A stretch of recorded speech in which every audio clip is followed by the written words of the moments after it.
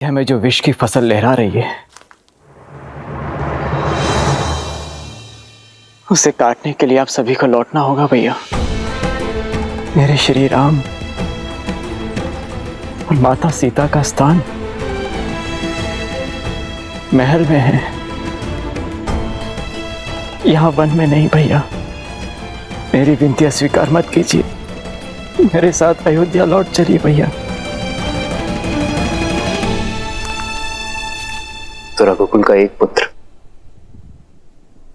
दूसरे पुत्र से कह रहा है कि वो रघुकुल की मर्यादा का त्याग कर दे, पिताश्री के वचनों का उल्लंघन कर दे। क्या ये उचित है भरत? आपका यहाँ वन में कष्ट भोगना उससे अधिक अनुचित इस संसार में और कुछ नहीं होगा भैया। आप चाहे कितना ही प्रयास क्यों ना कर ले, किंतु मैं आपके बिना नहीं जाऊंगा।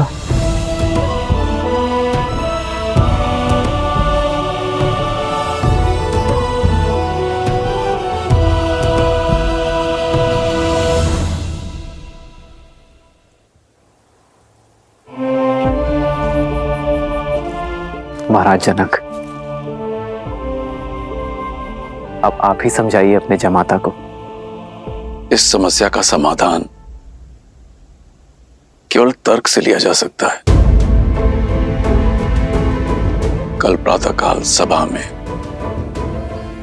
लोकमत, ऋषिमत, वेदमत और धर्म के अनुसार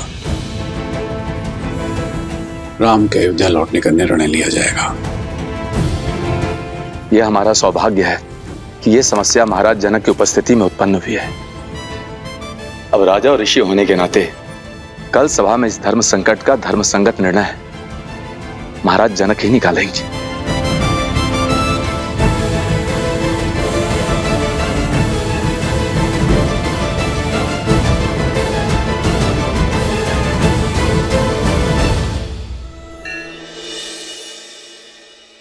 वचन दीजिए मुझे मां, वचन दीजिए मुझे कि कल सभा में आप मेरा पक्ष लेंगी, राम भैया को अयोध्या वापस चलने के लिए कहेंगी।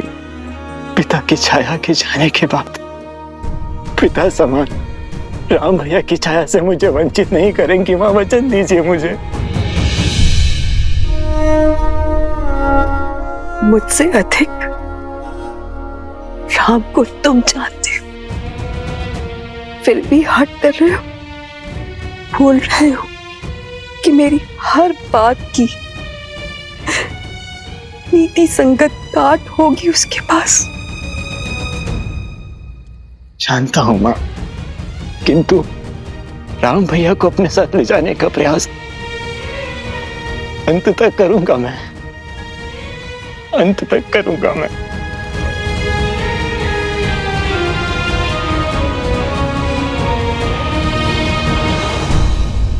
भरत भैया का आपके प्रति प्रेम और समर्पण देखकर मैं गदगद हो गई यार। भरत का समर्पण इतना पवित्र है, इतना पावन है कि कभी कभी मुझे भय लगता है सीता, कि उसके प्रेम की पवित्र धारा में मैं कहीं बह ना जाऊं।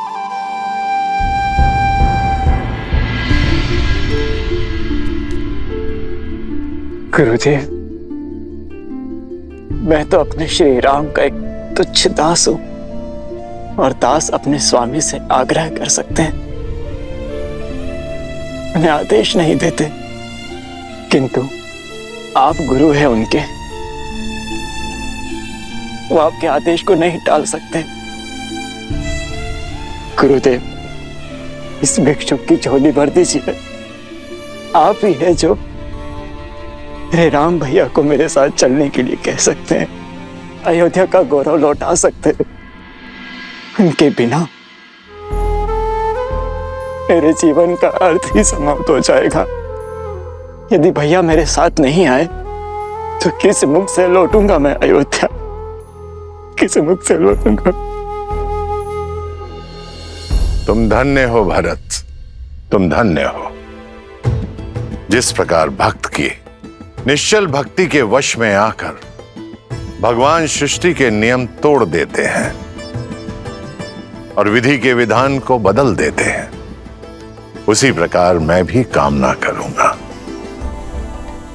और प्रयास भी करूंगा कि राम अपना निर्णय बदल दें और अयोध्या का गौरव अयोध्या आ जाए।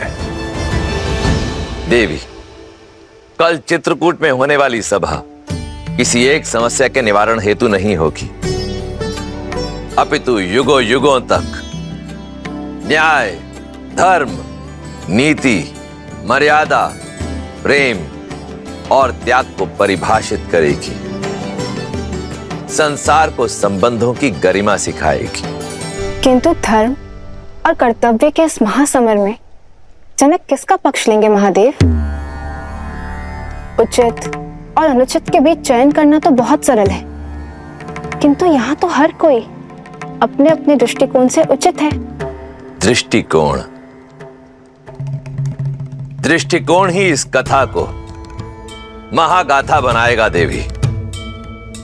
अब तक संसार ने केवल यही देखा कि अपनों से ही पद, प्रतिष्ठा और सिंहासन के लिए लड़ते आए हैं, परंतु मानव इतिहास में ऐसा पहली बार होगा जब हर कोई राज सिंहासन त्यागने के लिए सज्ज होगा, उनके लिए जिनसे वो प्रेम करता है। आप देखिएगा देवी, कल की ये सभा आने वाली पीढ़ियों के लिए आदर्श जीवन जीने का मार्ग प्रशस्त करेगी।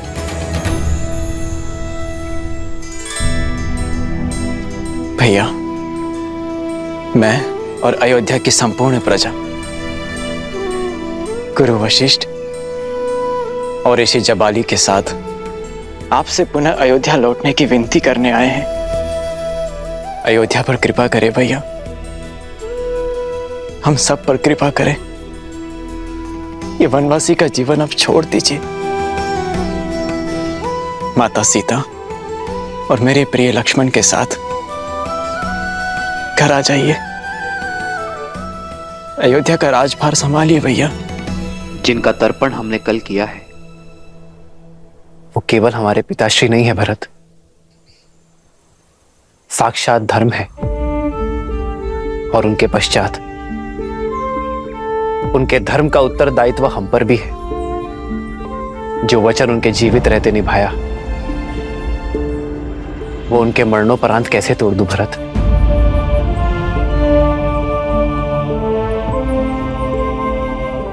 रघुकुल रीत की बेड़ियों से केवल मैं नहीं, तुम भी बंधे हो। जाओ भरत, अयोध्या का राज सिंहासन तुम्हारी प्रतीक्षा कर रहा है। भैया, प्रतीक्षा तो केवल आपकी है उस सिंहासन को। मैं तो केवल परीक्षा दे रहा हूं। जिस गर्भ से जन्म लिया उस पर आरोप लगाना पाप है, किंतु जो महारानी कैकेयी ने किया वो महापाप है। और उनके अपराध का दंड हम सब क्यों भोगे? हम सब क्यों अपने राजा राम की छत्र छाया से वंचित रहे? उचित कह रहे हैं कुमार भरत। दंड तो महारानी कैकेयी को मिलना चाहिए। दंड मिलना चाहिए। दंड मिलना चाहिए। दंड मिलना चाहिए। दंड मिलना चाहिए। अवश्य ही हमारे दिवंगत पिता धर्म के सूर्य थे, किंतु ग्रहण का दोष तो सूर्य पर भी लगता है भैया। और उस ग्रहण को मिटाने आपको स्वयं सूर्य बनकर अयोध्या आना होगा भैया। मैं संपूर्ण तैयारी के साथ आया हूं। गुरु वशिष्ठ आपका राज्यारोहण करने के लिए सज्ज हैं और हम सबके नेत्र बस आपके निर्णय पर टिके हैं।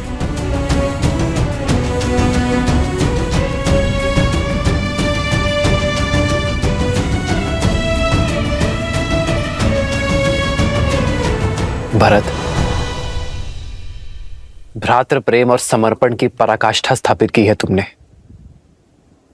किंतु मैं तुम्हारा प्रस्ताव स्वीकार नहीं कर सकता।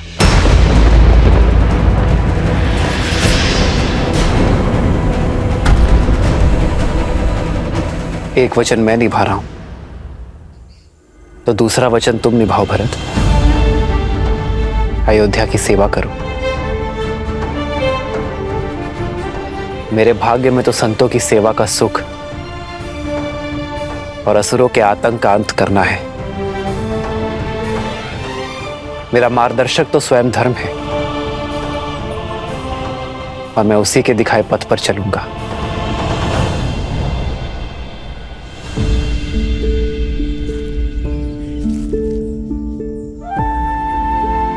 बहुत देर हो चुकी है मां।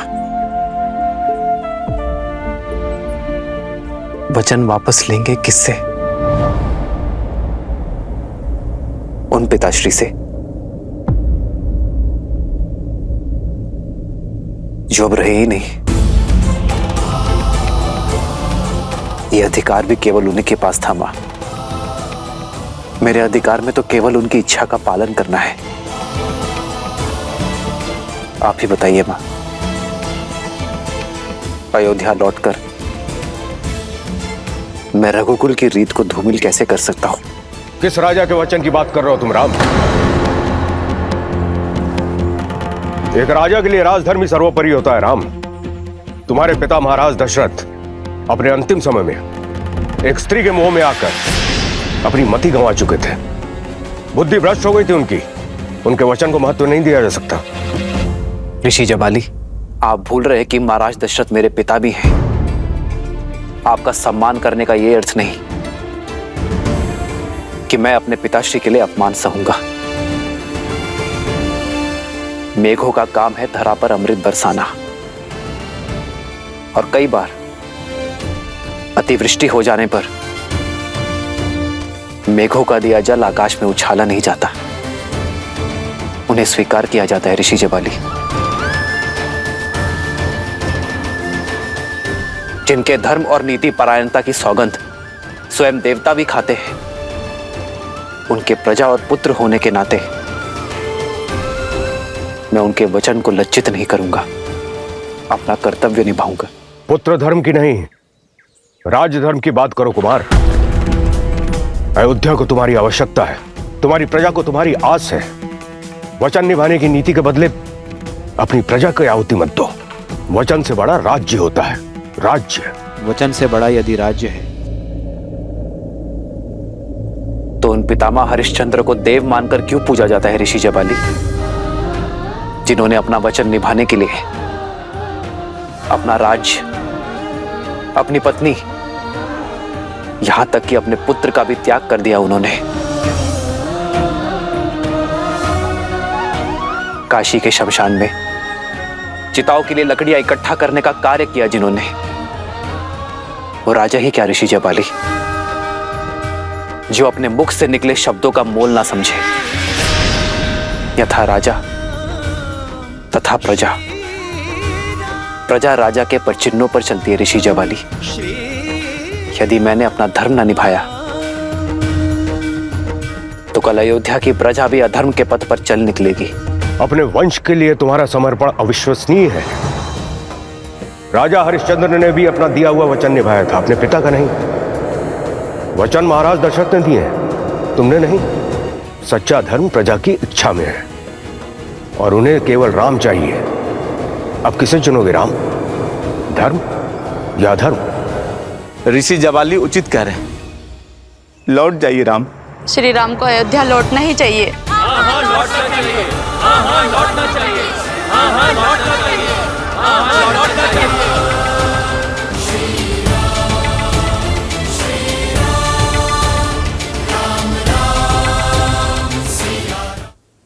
ऋषि जबाली,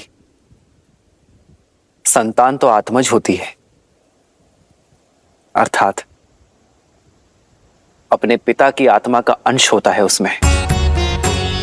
यदि मैंने अपने पिता के वचन ना निभाए तो दोषी केवल पिताश्री की आत्मा ही नहीं, मेरी भी आत्मा होगी। विद्या आरंभ करते समय मनुष्य जब जनेऊ धारण करता है तब 3 धागों में पितृ ऋण का भी एक धागा होता है। क्या अपने पिता का ऋण चुकाना एक पुत्र का धर्म नहीं?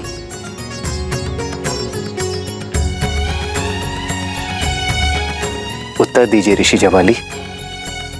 राजा प्रजा का सेवक होता है राम, और तुम्हारा धन प्रजा की ओर है। यदि मेरी बात पर विश्वास नहीं है तो पूछो यहां पर उपस्थित हर एक अयोध्यावासियों से। कहिए, क्या मत है आप लोगों का? राम को क्या चुनना चाहिए, सिंहासन या फिर वनवास? सिंहासन। सिंहासन सिंहासन सिंहासन सिंहासन सिंहासन सिंहासन।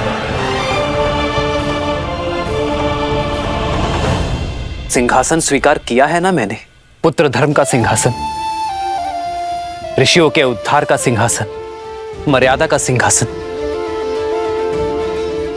अब प्रजा अपना धर्म निभाए, क्योंकि धर्म की बेड़ियों से कोई स्वतंत्र नहीं होता। जिस प्रकार एक राजा का धर्म होता है अपनी प्रजा की रक्षा करना, उसी प्रकार प्रजा का धर्म होता है अपनी राजा के आज्ञा का पालन करना, उनका सम्मान करना। ये मेरे पिताश्री के वचन थे कि मेरा भाई भरत अयोध्या का राजा बने, अयोध्या का राजपाट संभाले। और रही बात अयोध्या का सर्वश्रेष्ठ राजा बनने की,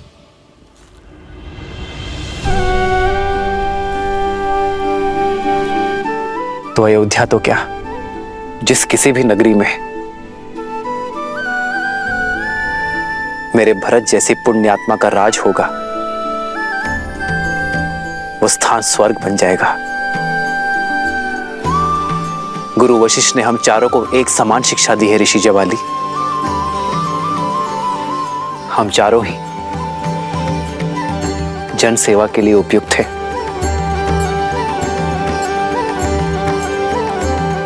ऋषि जवाली, मैं आपसे और मेरी प्रिय अयोध्या की प्रजा से पूछता हूं, क्या आप में से किसी को भी मेरे भरत के नेतृत्व, उसके राज कौशल पर संदेह है? मेरे पिताश्री महाराज दशरथ की रक्त की योग्यता पर संदेह है?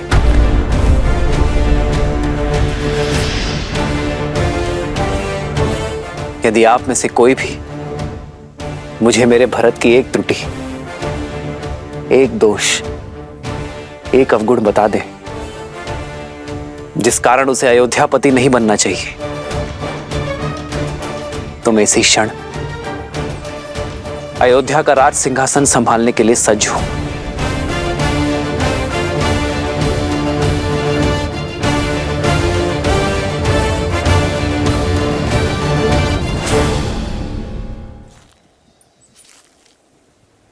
मैं हार गया गुरु वशिष्ठ। सारे जगत पर प्रश्न उठाकर निरुत्तर कर देने वाले जवाली के पास अब कोई तर्क नहीं बचा है जो राम की बात काट सके।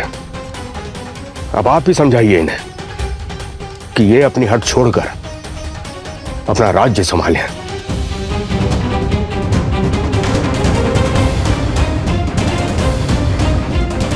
भरत और आप सबकी भांति राम के सामने एक याचक बनकर आया, और याचक को केवल अपना स्वार्थ साधना होता है।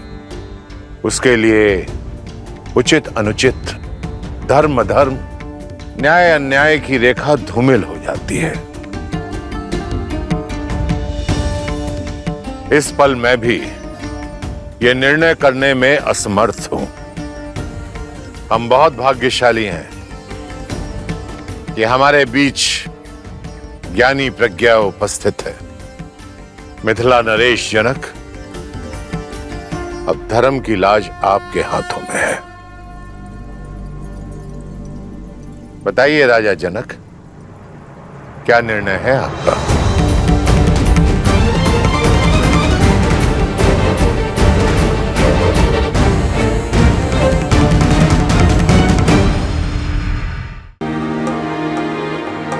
अब धर्म की लाज आपके हाथों में है। आप जो भी निर्णय लेंगे हम सभी को बाध्य है।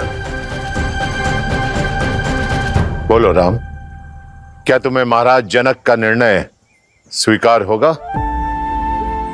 आचार्य, आप केवल हमारे गुरु ही नहीं, पिता तुल्य है हमारे। आप धर्मात्मा हैं। आप जो भी निर्णय लेंगे वो मुझे सहर्ष स्वीकार होगा। भरत, तुम्हें तो कोई आपत्ति नहीं है? नहीं गुरुदेव, महाराज जनक धर्मात्मा ही नहीं, हमारे धर्म पिता भी है। किंतु एक विनती है इनसे कि निर्णय लेते समय धर्म के साथ मेरे प्रेम का भी मान रखिएगा। बताइए राजा जनक, क्या निर्णय है आपका?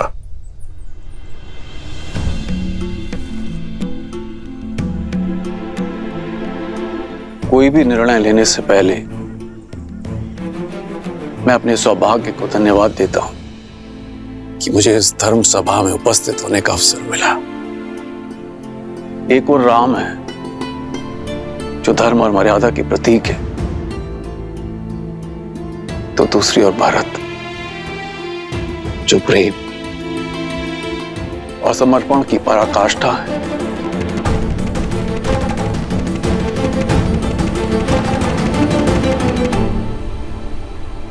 हे महादेव, ये निर्णय कठिन है। मुझे सद्बुद्धि देना, प्रेरणा देना, ताकि मैं उचित निर्णय ले सकूं।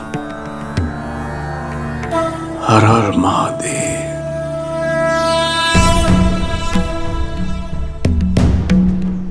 आप पुत्र बनकर अपने पिता के और प्रजा बनकर अपने महाराज के वचन का पालन करना चाहते हैं।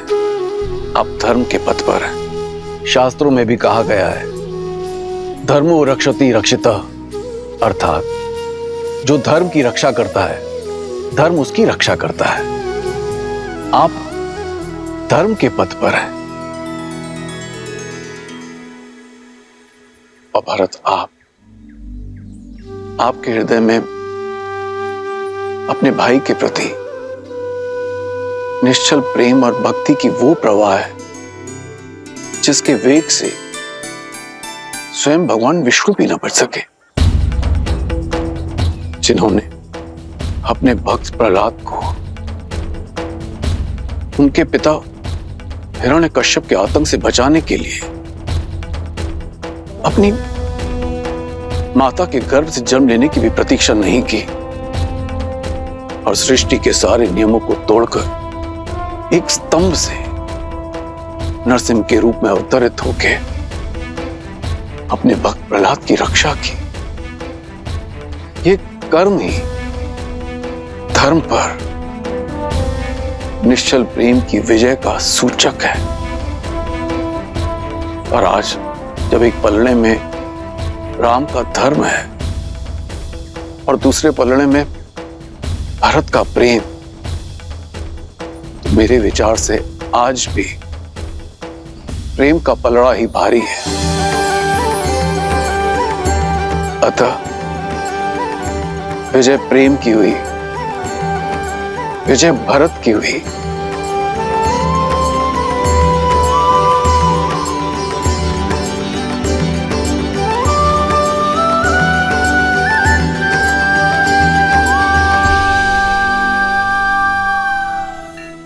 इसका अर्थ है कि मैं अपने भैया को अयोध्या ले जा सकता हूं, अपनी इच्छा पूर्ण कर सकता हूं। किंतु प्रेम के भी अपने कुछ नियम होते हैं कुमार। प्रेम में पहले उनके विषय में सोचा जाता है जिनसे हम प्रेम करते हैं। प्रेम में स्वार्थ नहीं, समर्पण का सहारा लिया जाता है, ना कि अपनी इच्छा पूर्ति का। इसीलिए मेरा परामर्श आपसे यह है कि आप निस्वार्थ भाव से, निश्चल प्रेम से स्वयं श्री राम से पूछें कि उनका निर्णय क्या है, उनकी प्रसन्नता किसमें है। फिर वो जो भी निर्णय लें उसे आप प्रेम पुष्प की तरह हृदय से स्वीकार करें। यही मेरा परामर्श है और यही मेरा निर्णय भी। महाराजा जनक, आपका कोटि कोटि धन्यवाद। निश्चल और निस्वार्थ की प्रेम की परिभाषा आज समझ आई मुझे, और इसके लिए भरत आपका सदैव आभारी रहेगा।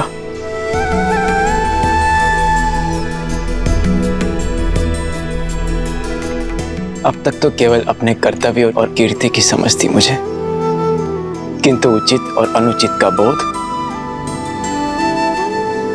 अब समझ आया। मेरे भैया ने अपने पिताश्री के वचनों का पालन करना स्वीकार किया, किंतु इन्हें मेरी भी एक इच्छा स्वीकार करनी होगी, और ये मेरा निर्णय है। या तो भैया सिंहासन स्वीकार करें या मैं मृत्यु का आलिंगन करूंगा।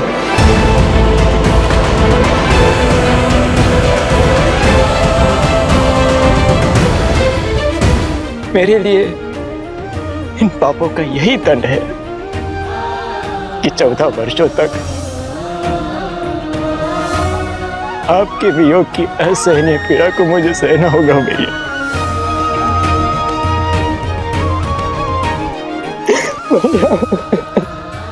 भरत,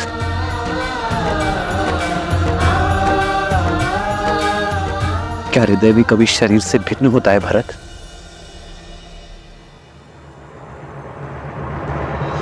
भैया, आप जो कह रहे हैं वो सब स्वीकार है मुझे, परंतु यदि मैं आपसे कुछ मांगूं तो क्या आप दोगे?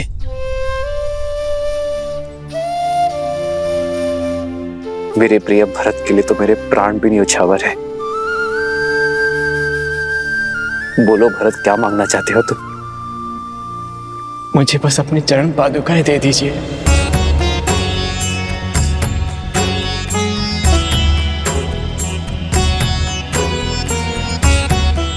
अयोध्या का राज्यभार बहुत बड़ा है भैया, और जिस सिंहासन पर मेरे भैया राम का अधिकार हो, उस सिंहासन पर बैठने का मैं दुस्साहस नहीं कर सकता।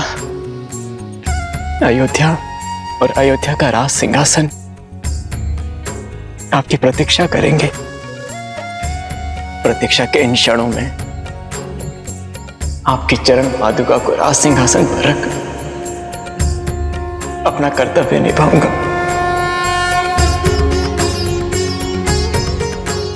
आपके पग धर्म के पथ पर है, और आपके चरणों में पड़ी पादुकाओं को राज सिंहासन पर रखने से हमारी अयोध्या से धर्म का लोप नहीं होगा भैया।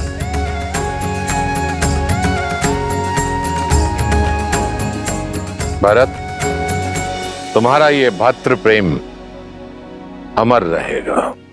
तुम्हारा नाम केवल लेने से सबके पाप दूर हो जाएंगे।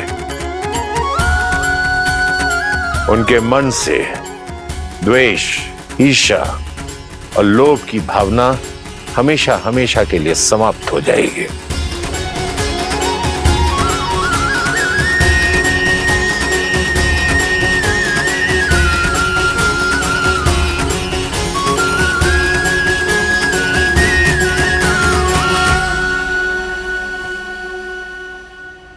आदर्श और मर्यादा की है ये कथा महापावनम। काट मद श्री से मिला दे श्रीमद् रामायणम, श्रीमद् रामायणम, श्रीमद् रामायणम। इन पर अपने पैर रख के इसे पवित्र कर दीजिए भैया। श्री राम, श्री राम, श्री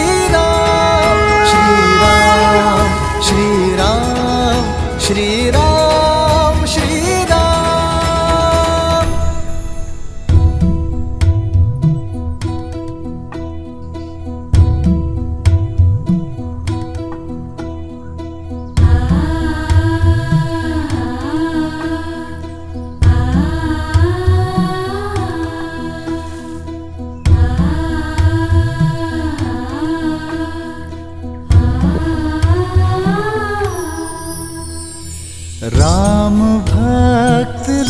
चला रे राम की निशानी, राम भक्त ले चला रे राम की निशानी। शीश पर खड़ाऊ अखियों में पानी, राम भक्त ले चला रे राम की निशानी। आपके आदेश का पालन कर रहा हूं भैया। न जाने किस जन्म का दंड भोगूंगा मैं इन 14 वर्षों के वियोग में, किंतु स्मरण रहे 14 वर्ष, केवल 14 वर्ष। यदि एक क्षण भी अयोध्या लौटने में आपने विलंब किया तो अपने प्रिय भरत के निर्जीव शरीर से भेंट करेंगे आप।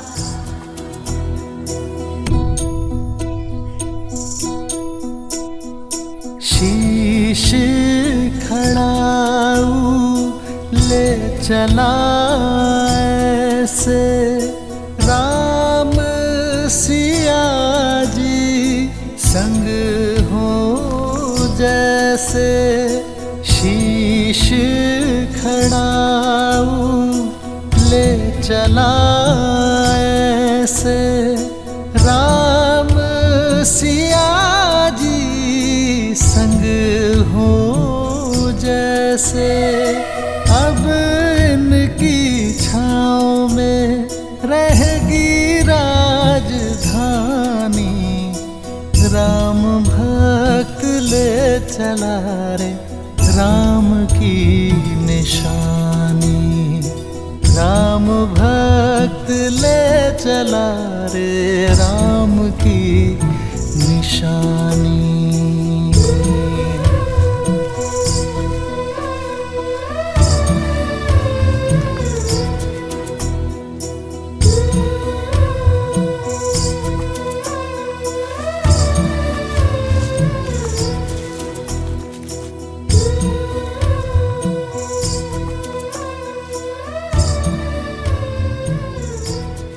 जितना पवित्र भरत का मन है उतनी ही पवित्र उसकी भ्रातृ भक्ति है। भक्ति क्या है? भक्ति देवी, भक्ति वास्तव में एक व्यक्ति का दूसरे व्यक्ति के प्रति विश्वास ही तो है। वो विश्वास जिसे समय और परिस्थिति बदल ना पाए। भरत की श्री राम के प्रति भक्ति, धर्म और सत्य के प्रति विश्वास, इसी का उदाहरण है वो विश्वास जिसके लिए व्यक्ति अपनों से, संसार से, यहां तक कि स्वयं से भी लड़ जाए। भरत की श्री राम के प्रति भक्ति, उनके प्रति विश्वास ही भरत को आदर और सम्मान की मूर्ति बना देता है। सत्य कहा आपने। ऐसे प्रेम का भला कोई शत्रु कैसे हो सकता है? भरत से बड़ा भक्त इस संसार में कोई अन्य हो ही नहीं सकता। सत्य कहा आपने देवी। वास्तव में इस संसार में भरत से बड़ा और कोई भक्त नहीं सिवाय एक के। अर्थात जहां एक और भरत ने श्री राम की सेवा के लिए अपना समस्त जन्म दिया, वहीं कोई और भी था जिसने केवल श्री राम की सेवा के लिए जन्म लिया, जो भक्ति में भरत से कम नहीं था और बल और साहस में इस ब्रह्मांड में अद्वितीय था। कौन है वो? पहेलियां मत बुझाइए। पहेलियां नहीं देवी,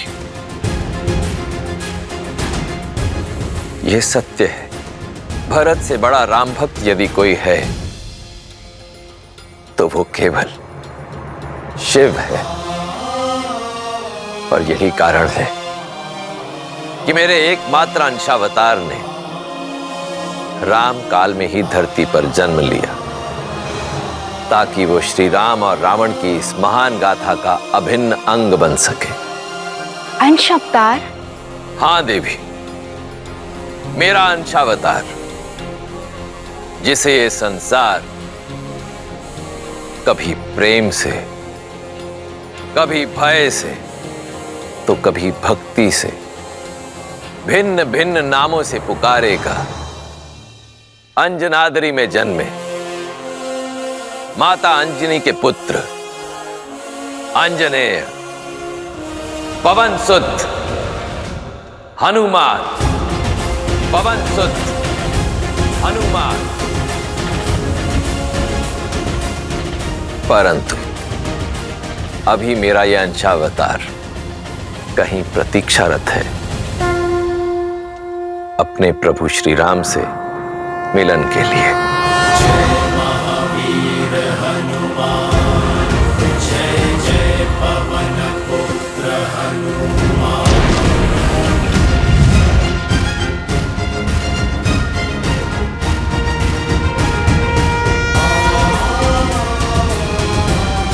राम राम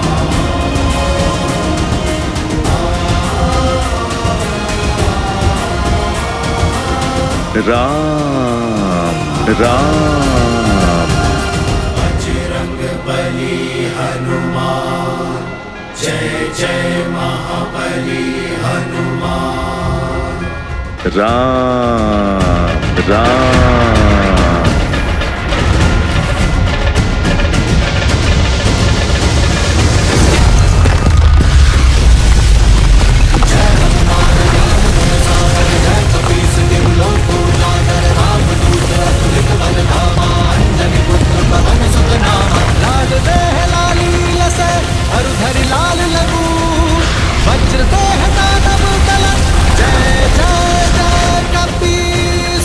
लगता है कोई भूचाल आया है। ये महाराज सुग्रीव के सेनापति हनुमान किसी भूचाल से कम है क्या? राम राम।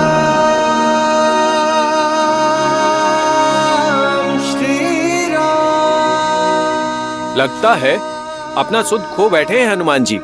राम नाम के किसी मनुष्य को अपना आराध्य मान चुके हैं। राम राम। और ये एकांत में कर क्या रहे हैं?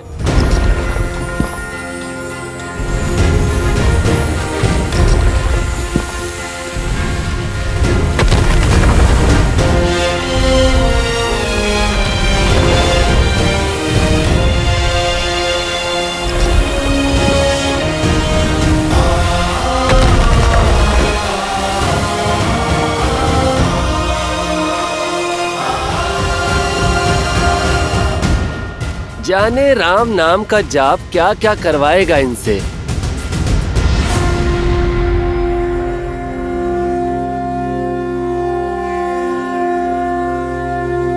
राम राम।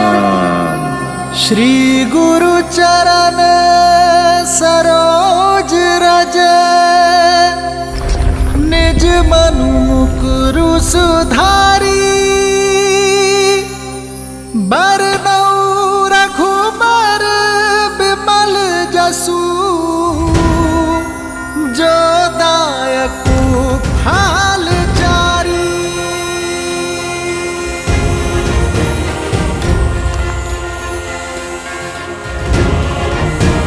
जय महावीर हनुमान, जय जय पवन पुत्र हनुमान। बजरंग बली हनुमान, जय जय महाबली हनुमान। राम राम। जय हनुमान ज्ञान गुण सागर, जय कपीस तिहु लोक उजागर। राम दूत अतुलित बल धामा, अंजनी पुत्र पवन सुत नामा। राम